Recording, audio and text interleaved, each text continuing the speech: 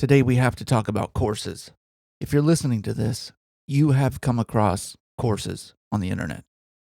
And the thing is, there are so many courses that offer so many promises that are available for so many different kinds of fees. I want to help you sort through that today so that you can walk away from this podcast episode saying, I know what to do next in regards to a course. Welcome to How to Switch to a Tech Career in Your 30s and 40s. It's the podcast where we love to get excited and down to brass tacks, talking about the real things that help you move the needle when you switch from any other career into a high-tech or IT career. And this is where we're going to discuss the real hints, tips, tricks, and the methods and the protocol that help you switch into a real tech career. So welcome. Yeah, so there are so many courses out there. You know that. It's not a big thing for me to say that. Courses on X, courses on Facebook, courses on IG, courses on anything that's new. Let's see.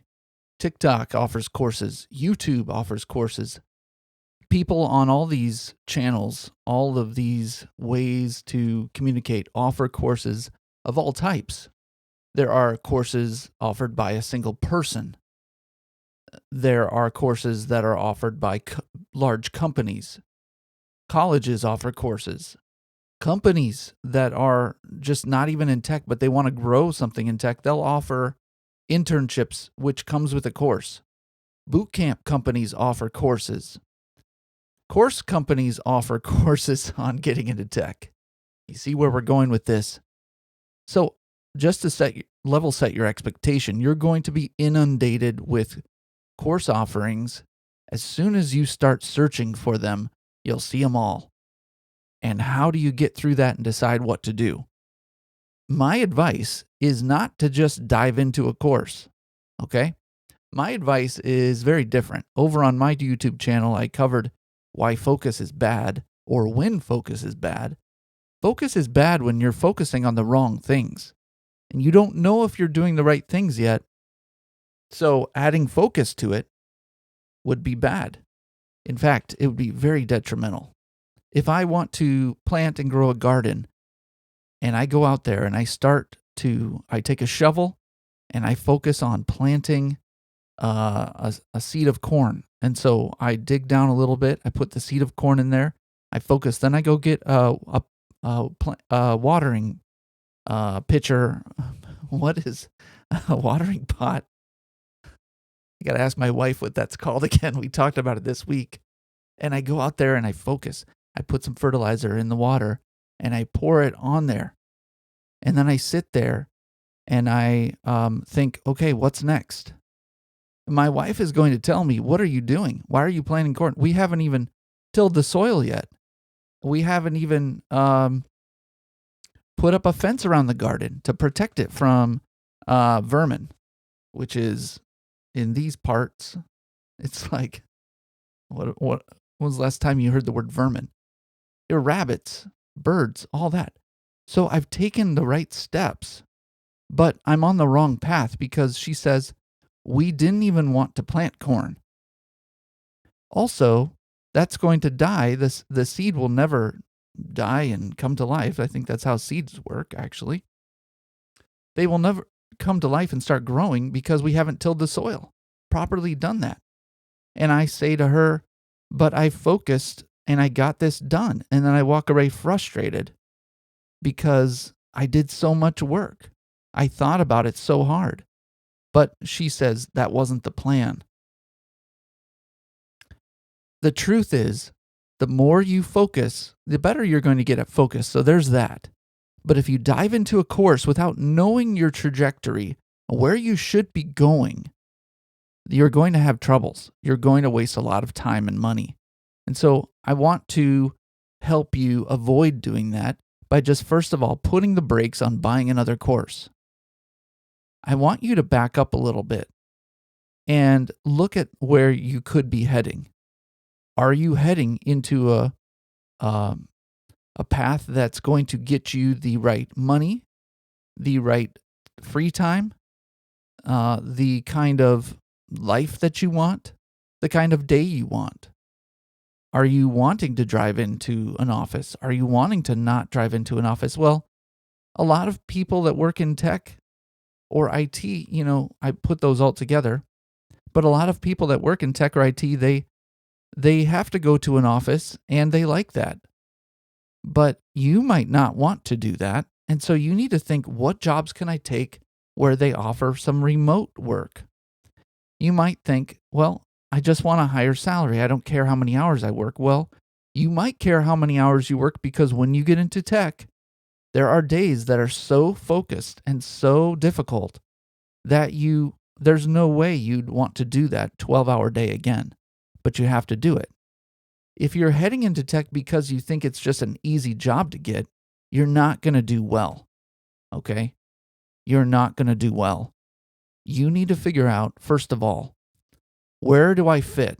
What kind of a person am I? Have I done any self-examination on my personality, the way I solve problems, how I work with people in work situations, how I approach a project, how I respond when people criticize my work? All of these things might seem tertiary to your goal, but they're not. One of the beautiful parts about the life before the internet courses took off, and I share this story from my own life to help you understand that you're kind of at a disadvantage right now to have so many courses offered to you. Kind of at a disadvantage. In other ways, you're at a huge advantage. But when I switched into a tech career from a non-tech career, it was like a surprise. Okay? What I mean by that is I didn't have to buy any courses. I had to go buy a book, and I had to study that book with the computer in front of me and work through it and build things and figure it out. Nobody held my hand. And that's the story for many of my peers. Chances are, according to my stats, you're listening to this and you are between the ages of 28 and 44. That's my main listenership, not viewership, listenership. And most of you are probably in the US or Australia or UK. All right, at least that's where your IP addresses are showing, Spotify and Apple Podcasts. So you're probably in those areas and you're probably around that age, but you're entering the tech world in a time where you feel like maybe you're not going to be good enough. And so you do a course to make yourself feel good enough. But I want you to back up. I want you to think, what seems appealing to me? What do I like to do? How can I do that in a tech sort of position? And that's how you need to go. So for me, back to my example, I told you that I got a book. What was it about? Well, I thought it was really cool when I heard that I could build a website for the church that I was working for. I liked building, making brochures for the church, and I liked putting those together. And so when I got a computer, I remember getting a compact computer. I would lay out and print the church bulletins and the newsletters, and I enjoyed showing people information just like I'm doing now on this podcast. I love giving information out to people. I don't know why. I think deep down, to be honest, a confession, I desire to be liked and I desire to be heard.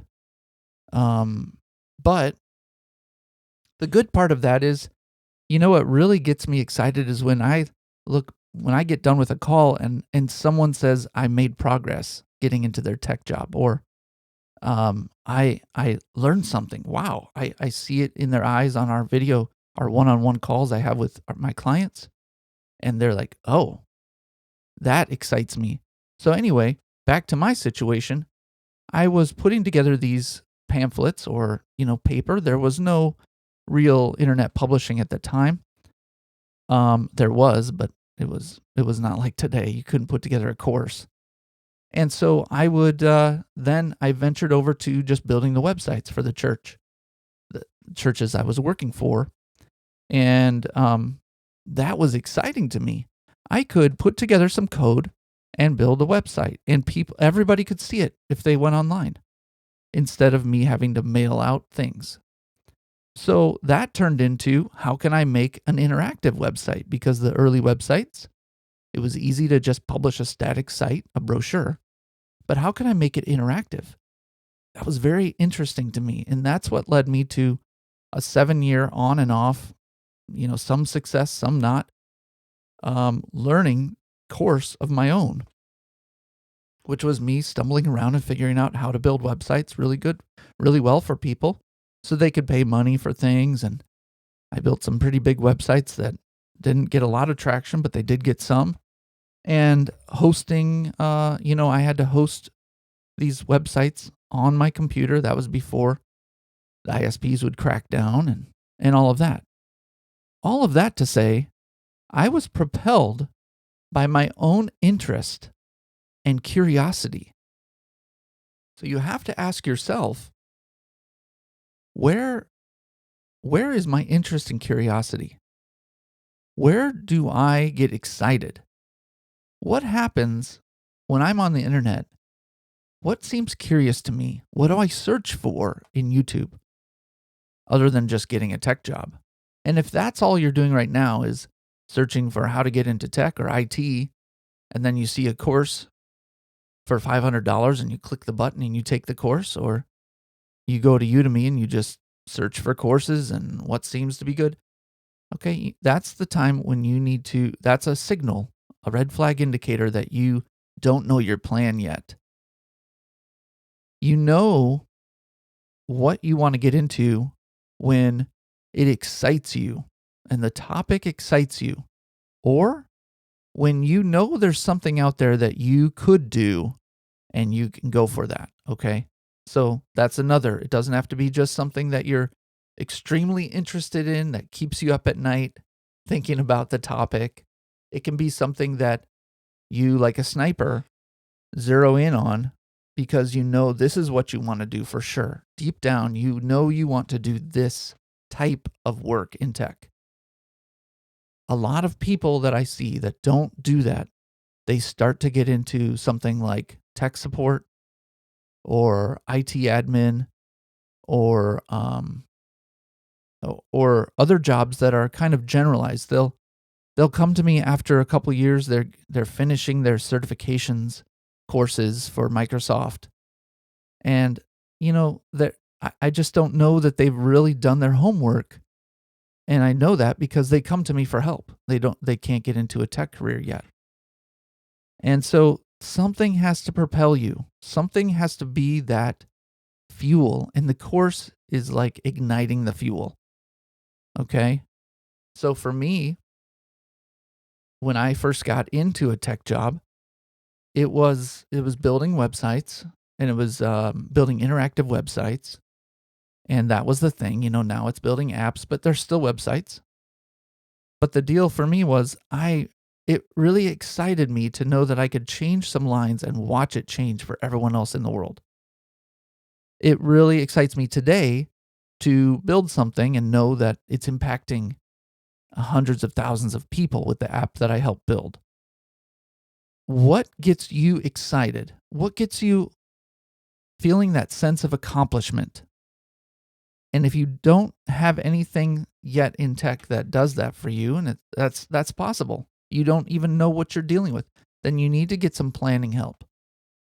Because a week of planning, a couple weeks of consulting with somebody, and that's my world, but just doing that will save you headaches.